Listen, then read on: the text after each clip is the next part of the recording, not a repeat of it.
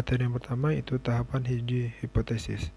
Tahapan uji hipotesis merupakan langkah-langkah yang diperlukan dalam menyelesaikan pengujian hipotesis tersebut. Berikut ini langkah-langkah pengujian hipotesis statistik. Yang pertama, itu menentukan formulasi hipotesis yang terbagi atas dua. Yang pertama yaitu hipotesis nol atau nihil, merupakan hipotesis yang dirumuskan sebagai suatu pernyataan yang akan diuji. Hipotesis tidak memiliki perbedaan atau perbedaannya nol dengan hipotesis sebenarnya. Yang kedua, hipotesis alternatif atau tandingan, merupakan hipotesis yang dirumuskan sebagai lawan atau tandingan dari hipotesis nol dalam menyusun hipotesis alternatif, dan timbul dengan tiga keadaan, yaitu sebagai berikut.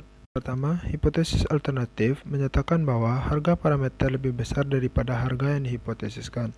Pengujian ini disebut juga pengujian sisi atau arah kanan. Yang kedua, hipotesis alternatif menyatakan bahwa harga parameter lebih kecil daripada harga yang dihipotesiskan. Pengujian ini disebut juga pengujian satu sisi atau arah kiri. Hipotesis yang ketiga itu hipotesis menyatakan bahwa harga parameter tidak sama dengan harga yang dihipotesiskan. Pengujian ini disebut pengujian dua sisi atau dua arah. Pada gambar, apabila hipotesis nol diterima atau benar, maka hipotesis alternatif ditolak. Demikian pula sebaliknya, jika hipotesis alternatif diterima, maka hipotesis nol ditolak. Langkah kedua yaitu menentukan taraf nyata. Taraf nyata merupakan besar batasan toleransi dalam menerima kesalahan hasil hipotesis terhadap nilai parameter populasinya. Semakin tinggi taraf nyata yang digunakan, semakin tinggi pula penolakan hipotesis nol atau hipotesis yang diuji. Besaran yang sering digunakan untuk menentukan taraf nyata itu 1% sama dengan taraf nyata 0,01, 5% sama dengan taraf nyata 0,05, 10% sama dengan taraf nyata 0,1. Yang ketiga, menentukan kriteria pengujian. Kriteria pengujian merupakan bentuk pembuatan keputusan dalam menerima atau menolak H0 dengan cara membandingkan nilai alfa, tabel distribusi atau nilai kritis, dengan nilai uji statistik sesuai dengan bentuk pengujiannya. Penerimaan hipotesis nol terjadi jika nilai uji statistiknya lebih kecil atau lebih besar daripada nilai positif atau negatif dari alfa tabel, atau nilai uji statistik berada di luar nilai kritis. Penolakan hipotesis terjadi jika nilai uji statistiknya lebih besar atau lebih kecil daripada nilai positif atau negatif dari alfa tabel, atau nilai uji statistik berada di luar nilai kritis. Dapat diperhatikan pada gambar kriteria pengujian seperti gambar di bawah ini, yaitu adanya daerah terima, daerah kritis, dan daerah ditolak. Langkah keempat yaitu menentukan nilai uji statistik. Uji statistik merupakan rumus-rumus yang berhubungan dengan distribusi tertentu dalam pengujian hipotesis. Uji statistik merupakan perhitungan untuk menduga parameter data sampel yang diambil secara random dari sebuah populasi. Misalkan, akan diuji parameter populasi, yang dinamakan dengan P, maka yang pertama dihitung adalah statistik sampel. Langkah kelima yaitu membuat kesimpulan. Pembuatan kesimpulan merupakan penetapan keputusan dalam hal penerimaan atau penolakan hipotesis nol, yang sesuai dengan kriteria pengujiannya.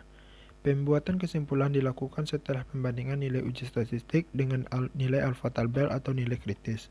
Yang kedua itu uji beda dua rata-rata, yang bertujuan untuk melihat ada atau tidaknya perbedaan atau kesamaan rata-rata antara dua buah rata-rata. Salah satu teknik analisis statistik untuk menguji hipotesis dua rata-rata itu sampel besar N besar dari 30. Uji statistik menggunakan distribusi Z dan memiliki prosedur. Yang pertama itu menentukan formulasi hipotesis. Yang kedua, penentuan nilai alfa dan nilai Z tabel. Itu mengambil nilai alfa sesuai soal, kemudian nilai Z atau Z2 ditentukan dari tabel. Yang ketiga itu menentukan kriteria pengujian. Yang keempat, melakukan uji statistik. Yang kelima yaitu kesimpulan, menyimpulkan tentang penerimaan atau penolakan sesuai dengan kriteria pengujian. Baik, untuk uji statistik dengan N atau jumlah sampel lebih dari 30, di sini ketika menggunakan rumus berdasarkan simpangan baku ketika simpangan baku tersebut diketahui, dan yang kedua ketika simpangan baku tidak diketahui. Selanjutnya untuk contoh soal, seorang berpendapat bahwa rata-rata jam kerja buruh di daerah A dan B sama dengan alternatif A lebih besar daripada B. Untuk diatur, diambil sampel dari kedua daerah masing-masing 100 dan 70 dengan rata-rata dan simpangan baku 38 dan 9 jam per minggu serta 35 dan 7 jam per minggu. Ujilah pendapat tersebut dengan taraf nyata 5% untuk varians atau simpangan baku kedua populasi sama besar. Untuk penyelesaiannya, pertama kita lakukan formulasi hipotesisnya, yaitu H0, selanjutnya dan H1.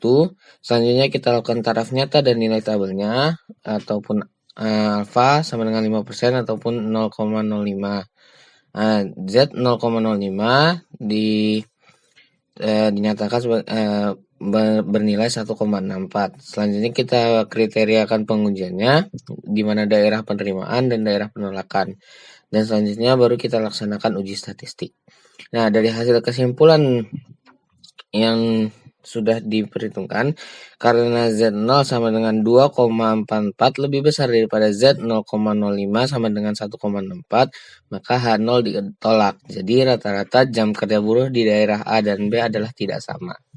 Selanjutnya untuk sampel terkecil atau sampel kecil ataupun jumlah sampel kurang dari 30, uji statistik menggunakan distribusi T. Prosedur pengujiannya itu pertama ada formasi hipotesis, penentuan nilai A dan nilai T-table, hanya kriteria pengujian, uji statistik, dan berakhir dengan kesimpulan.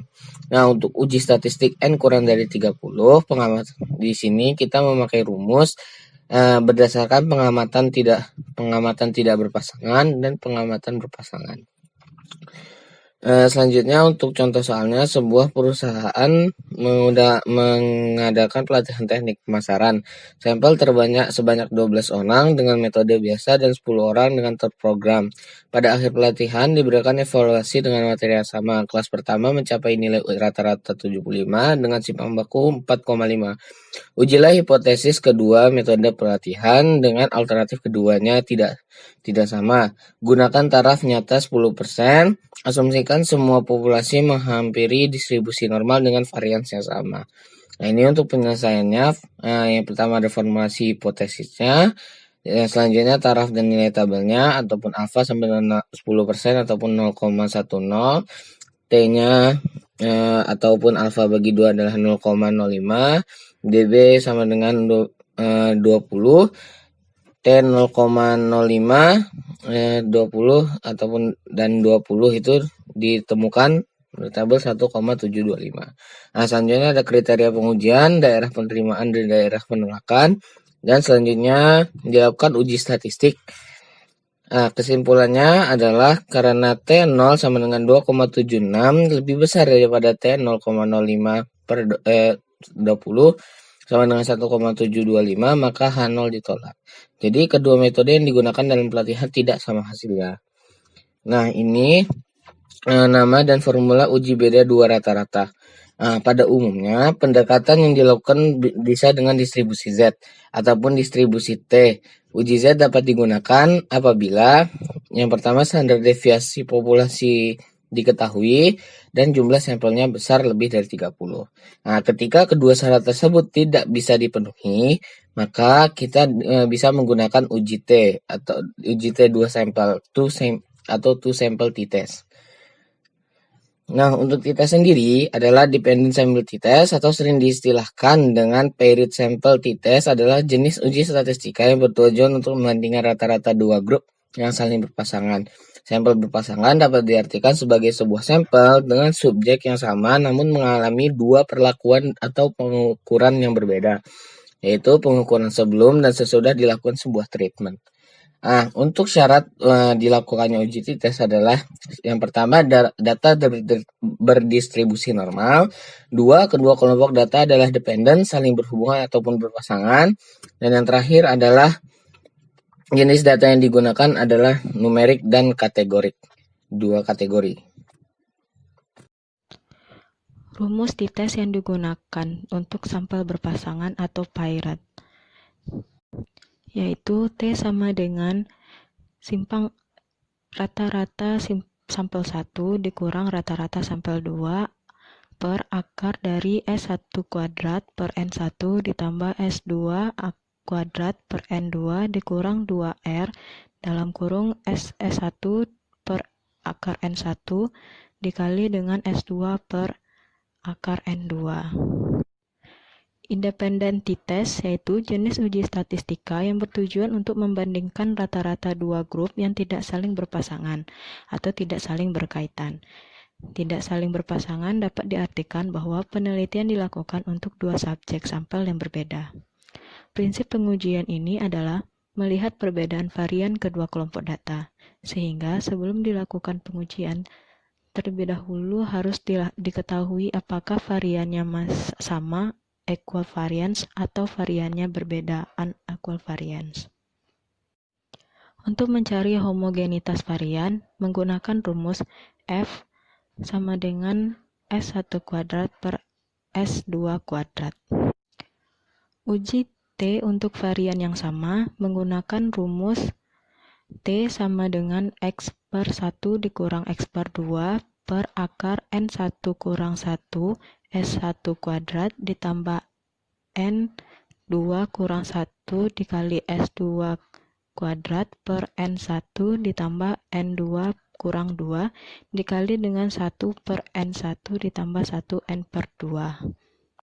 Sedangkan untuk uji T untuk varian yang berbeda, yaitu menggunakan T sama dengan X per 1 dikurang X per 2 per akar S1 kuadrat per N1 ditambah S2 kuadrat per N2. Uji beda lebih dari dua rata-rata. Dalam beberapa kasus, seperti membandingkan populasi lebih dari 2 mean, sangat tidak dianjurkan dikarenakan tidak efektif akibat melakukan pengujian berulang-ulang dan juga meningkatkan peluang kesalahan. ANOVA yaitu Analysis of Variance, yaitu metode pengujian yang dikembangkan oleh Ronald Fisher. Prinsip pengujiannya adalah menganalisa variabilitas atau keragaman data menjadi dua sumber variasi, yaitu variasi dalam kelompok atau within dan varian antar kelompok between. Asumsi dasar pada uji ANOVA yaitu data sampel yang digunakan berdistribusi normal atau dianggap normal. Populasi tersebut memiliki varian yang homogen. Sampel tidak berhubungan satu dengan yang lain atau independen, sehingga uji ANOVA tidak bisa digunakan untuk sampel berpasangan atau paired. Uji ANOVA memiliki dua jalur. Yang pertama satu jalur, yang kedua dua jalur yang dinamakan one way ANOVA, yang mana ANOVA yang digunakan untuk menguji hipotesis kooperatif rata-rata K sampel bila pada setiap sampel hanya terdiri satu kategori. Sedangkan pada ANOVA dua jalur atau two-way ANOVA digunakan untuk menguji hipotesis komparatif rata-rata K sampel bila peneliti melakukan kategorisasi terhadap sampel. Asumsi dasar pada uji ANOVA yaitu tentukan K atau banyaknya perlakuan, tentukan E atau banyaknya sampel, hitung jumlah kuadrat total dengan rumus SST sama dengan jumlah dari X IJ kuadrat dikurang jumlah dari TJ kuadrat per N. Hitung jumlah kuadrat berlaku dengan rumus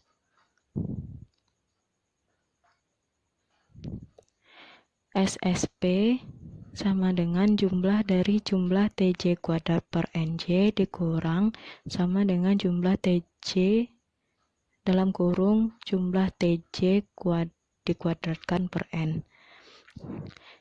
Cari harga FT dengan menggunakan rumus yang tertera pada tabel di bawah ini.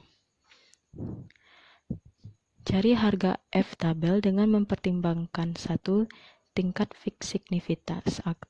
signifikansi atau alfa, yang kedua DF antar perlakuan, 3 DF dalam perlakuan. Bandingkan harga F hitung dengan F tabel. Bila F hitung besar dari F tabel, maka HO ditolak dan H1 diterima. Bila F hitung kecil dari F tabel, maka HO diterima.